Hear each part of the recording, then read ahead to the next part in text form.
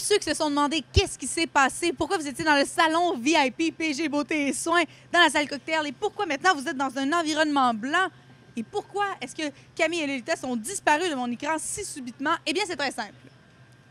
On a su que Manon était ici, dans le backstage, et nous attendait. On a donc quitté la salle cocktail en courant, et Dieu sait qu'avec des talons de la hauteur des miens, caméraman, vous pouvez me montrer mes talons, ou il faut que je lève la jambe? Ah! Avec des talons de la hauteur des miens, courir n'est pas chose facile. Je suis désolée si on t'a fait attendre, Manon. Écoute, non, mais je suis vraiment touchée, en fait, que vous ayez fait un sprint au travers de la salle de défilé pour venir me rejoindre.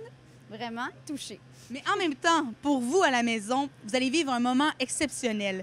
Parce que l'élite de la mode montréalaise a beau être invitée à la semaine de mode, rarement ils ont accès à la salle ici, parce qu'on est dans le backstage où travaillent les coiffeurs, les maquilleurs. Et toi, tu es un peu comme la maman de tout le monde. Tu t'occupes de tout ce beau monde-là. Mais non, je sais que tu as juste t'as 2 enfants, pas 80 000, mais tu es comme un peu la maman du backstage. Bien, écoute, c'est sûr que je les appelle mes équipes. Hein, après 10 saisons, que fait finalement que moi, je m'occupe de la semaine de mode. Je connais vraiment tout le monde. C'est tellement des passionnés, les artistes maquillants, les artistes coiffeurs. Ça m'a donné tellement un respect de leur profession. Ils ont tellement un boulot extraordinaire parce que à chaque fille, à chaque homme qu'ils touchent, on voit que les gens y ressortent après ça, puis ils ont la tête haute, c'est magnifique. Puis en même temps, on voit toutes sortes de trucs sur la passerelle magnifiques. Des créations des designers sont tellement belles. Mais finalement, si la fille, elle sortait sur le runway avec les cheveux du croche pas maquillés, je pense que ça n'aurait pas le même impact. C'est sûr que des fois, il y a des coiffeurs qui sont tellement impressionnantes, mais moi, ce qui m'impressionne encore plus, c'est qu'elles sont réalisées avec des produits que je pourrais avoir à la maison.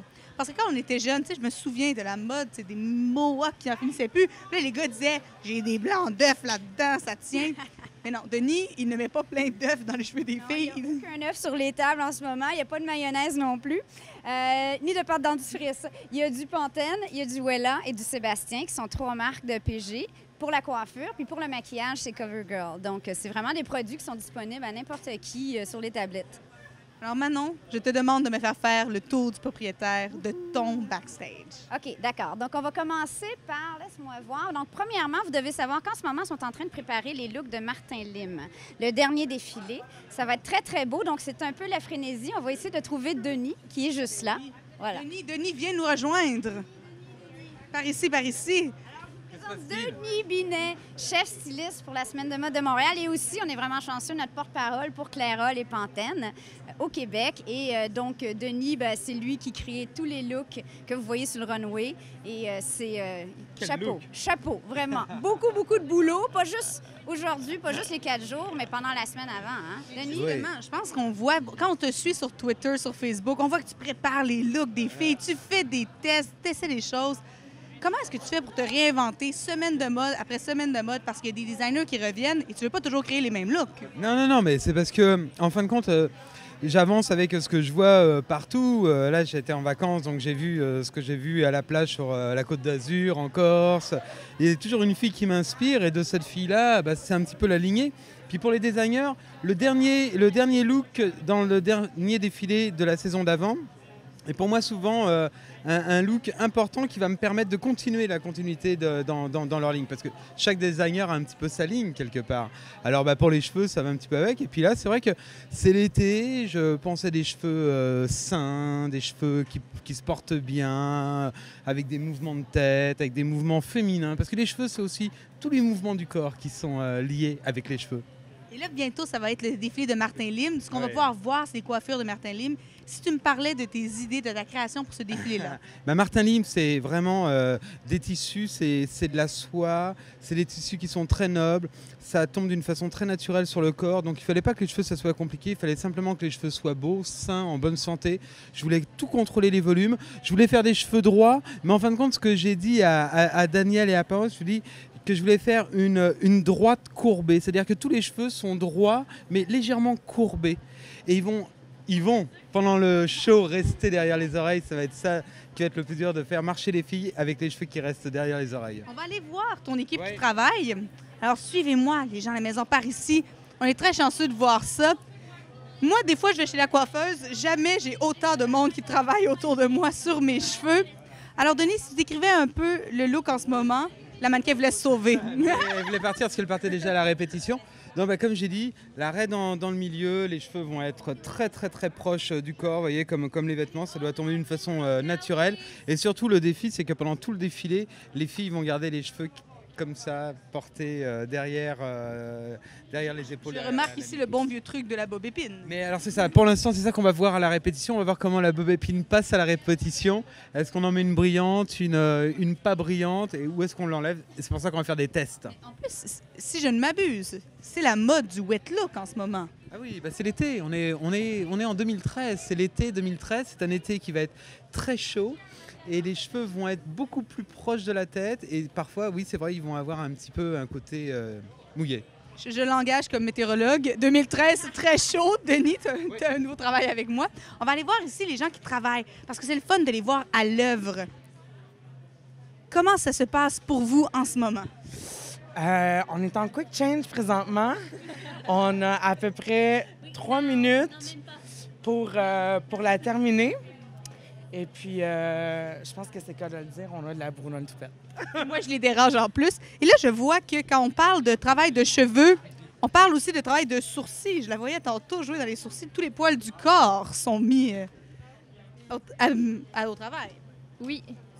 Je pense qu'on les dérange vraiment. C'est un gros travail. Toi, comment est-ce que tu te sens d'avoir autant de monde sur toi? Ah, moi, très bien.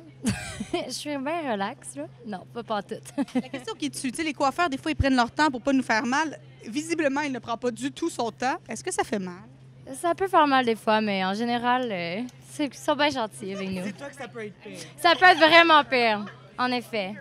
OK. Merci beaucoup. On les dérangeait. C'est la folie, hein? Oui, vraiment. Là. Puis honnêtement, tu sais, quand la designer puis la styliste a dit c'est le temps, on sort du backstage, j'ai besoin de mes filles, ben on vous aime beaucoup, là. On m'aime beaucoup, mais on passe en dernier. OK, honnêtement, c'est comme ça que ça fonctionne. Fait qu'on devrait peut-être aller accrocher Amélie avant qu'elle se fasse évacuer du backstage. Parfait, je te suis. OK, parfait.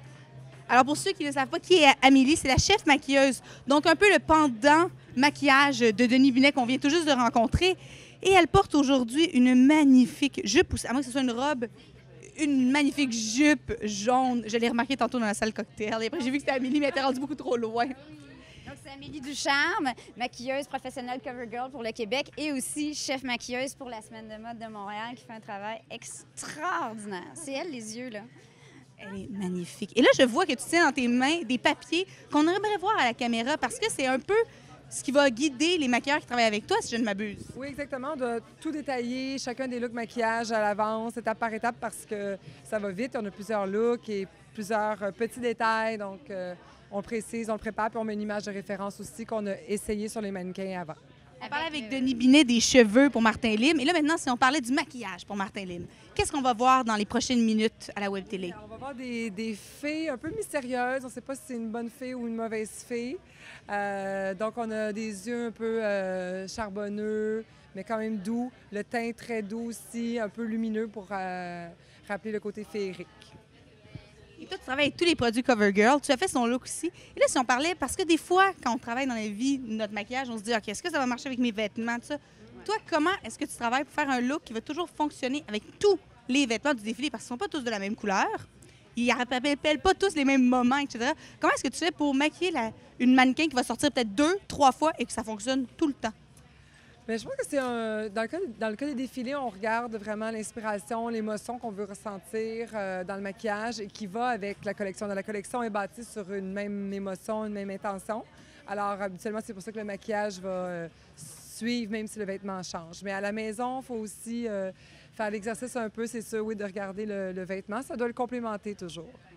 Super intéressant, hein, parce que eux autres, ils rencontrent les designers comme 1 à 2 semaines avant. Puis c'est tellement beau à voir parce que c'est tous des artistes qui se parlent ensemble. Fait que c'est pas nécessairement concret. Puis là, ben Amélie puis Denis, leur job, c'est d'essayer de mettre en mots l'inspiration des designers qui, elle, n'est pas nécessairement en mots. Donc, ils vont dire... Pour toi, est-ce que c'est un look qui est mystérieux? Est-ce que c'était quoi ton inspiration? Est-ce que... Puis là, le designer, il faut qu'il y pense. Puis ils nous disent, c'est intéressant parce qu'ils nous disent ça nous oblige à exprimer, c'est vraiment c'est quoi l'émotion derrière notre défilé. Alors qu'avant ça, eux autres, ils vont avec leur art, puis ils se disent juste, c'est une belle collection. Puis là, ils touchent au tissu, ils pensent à la musique, ils regardent la musique, ils regardent un petit peu l'éclairage, l'intention du designer. Puis c'est comme ça que le look est créé par Amélie et Denis et mis sur papier après pour être sûr que l'équipe suit vraiment toute la même recette. Oui, parce que c'est pas juste 2 personnes qui travaillent, c'est la folie ici. Et là, moi, souvent, je demande aux blogueurs quel est leur designer préféré. Mais toi, ce que je vais te demander, c'est quels sont tes produits préférés. Parce qu'à la maison, on aime se faire conseiller des produits beauté. Alors, on va aller devant une table de maquillage et tu me présentes tes chouchous et pourquoi. Ce que j'aime beaucoup travailler, moi, c'est les couleurs en crème au niveau des yeux. Attends, là, je me cherche parce que, vous savez, c'est un peu la guerre sur une station maquillage. Je comprends tellement pas, vous avez tellement votre temps. Donc, on travaille beaucoup avec les couleurs en crème, les Smoky Shadow Blast de CoverGirl, qu'on utilise des fois seul, des fois même sur le visage, pour, même si c'est long à paupières, des fois on les utilise sur le visage pour créer des points de lumière, ou sur les paupières, en dessous du nombre à paupières poudre, pour la faire coller, la faire tenir plus, lui donner plus d'intensité. Ça, on s'en sert beaucoup. Un autre gros produit vedette la semaine de la mode, c'est le baume Nature Luxe, la couleur clé, qui est un rose un petit peu brun.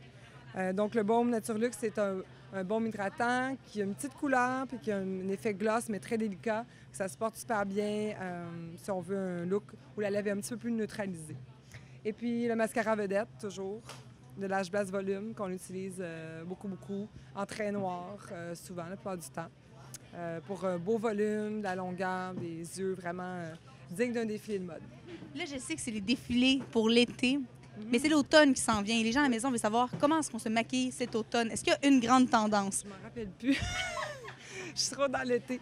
Non, c'est pas vrai. On a eu, je pense, beaucoup quand même des lèvres bordeaux, des belles lèvres riches. Je pense qu'il faut aller rechercher nos rouges à lèvres plus profonds, donc des rouges plus bordeaux, framboise, assez intenses. Au niveau des yeux aussi, on a eu des yeux très foncés, mais on va chercher donc un œil smoky. Mais ce qui est intéressant, c'est qu'on le porte des fois avec un sourcil un petit peu effacé. Donc à la maison, on peut, peut-être avec un peu de cache-cerne, essayer de cacher notre sourcil pour que le C'est un peu plus difficile avec les miens. Tu sais. Pas surpris, vu qu'on l'essaye. On va l'essayer. Je vais vous le montrer. Alors, on fait des tests. Personnellement, je pense que ça va être difficile pour elle, seulement parce que j'ai quand même des sourcils épais et je m'en occupe pas du tout. Je les épile pas, méchante fille que je suis. Alors, décris ce que tu vas faire. Pour s'amuser, ce qu'on fait, c'est qu'on prend le cache-cerne, donc le cache-cerne Simply Ageless, le plus foncé, 220. On peut brosser un petit peu à rebrousse-poil dans le sourcil pour être sûr que la couleur va vraiment bien s'agripper à la base du sourcil. Et puis ensuite, on le rebrosse dans le bon sens. Alors, tu vois, on a quand même un sourcil qui est atténué. Je ne sais pas si tu le vois. Ça fonctionne! C'est sûr que comme ça, bon, on sent un peu le maquillage, mais quand ton œil est bien foncé, bien intense, ça devient intéressant. Et puis, donc, c'est ça. Alors, le smoky, mais avec le sourcil plus naturel. Et puis, le visage très... Pour le reste de la web télé, est-ce que je peux avoir l'autre sourcil identique? Je pense pas que je serais très belle pour la fin de la journée avec un seul Je sourcil. peux te l'enlever si tu veux. L'un ou l'autre, mais je suis pas certaine qu'à la maison, j'aurais l'air très sérieuse avec un seul sourcil maquillé. On va égaliser les deux côtés en tout temps. Alors, il faut croire les maquilleuses qui nous donnent des trucs comme ça pour se maquiller. Mais là, tu disais, je suis plus très dans l'automne. Qu'est-ce qu'on va porter l'été prochain? Là, les filles, prenez des notes parce que personne ne va s'en souvenir sinon. Bien, on a joué avec beaucoup de couleurs. Donc, un eyeliner, mais comme on vient de voir dans Melissa Neptune, avec une teinte plus colorée. Quand même, la structure, le maquillage est assez présent. Donc, il ne faut pas hésiter à aller vraiment définir les regards. Je pense dans les vêtements aussi, on sentait qu'il y avait une certaine structure, des influences japonaises, une certaine rigueur. Alors, le maquillage aussi, on va vraiment le peaufiner dans ce sens-là. Qu'est-ce qu'on a aussi? Je pense des belles lèvres rouges, mais plus éclatantes pour l'été, plus des rouges orangés. Beaucoup de couleurs, vraiment beaucoup de couleurs. Alors, il va falloir doser. Si on a beaucoup de couleurs dans le vêtement, peut-être à ce moment-là aller plus neutre sur le maquillage. Mais si le vêtement est plus neutre, alors allez-y avec des couleurs, des émeraudes, des mauves. On s'amuse. Mais merci beaucoup pour tous ces beaux conseils. J'espère à la maison que ça vous a donné quelques trucs. On regarde. Mon sourcil est revenu. Ça, c'est une vraie pro qui m'a démaquillée. Alors, on va retourner par là-bas, ici, pour avoir vraiment l'angle de la salle pendant que tout le monde travaille. Et Manon, je pense que tu vas me présenter ici le babillard. Parce qu'on en a parlé à la dernière semaine de mode. Et ça, c'est un peu les règles de tout le monde ici. Il faut qu'ils suivent le babillard. Exactement. Ça, c'est les devoirs que Denis et Amélie font pour démontrer les looks de la soirée. Puis c'est exactement, Amélie, c'est la feuille qu'elle te montrait tantôt. Et avec la recette, finalement. Donc ici, tu as Denis qui va dire, par exemple, le défilé qu'on va voir ici, Martin Lim, thème, forte, combattante, urbaine, hairstyle, raie dans le milieu, cheveux lissés ou faire vers l'arrière, avec les 3 produits qui sont déclinés ici. Donc c'est vraiment un superbe outil. Et on remercie Denis et Amélie d'être si bien organisés puis de faire des coiffures magnifiques qui, oh mon Dieu, c'est toujours un plaisir de voir ça sur le runway. Et merci beaucoup à toi et à Denis et à Amélie de nous avoir ouvert les portes du backstage comme ça.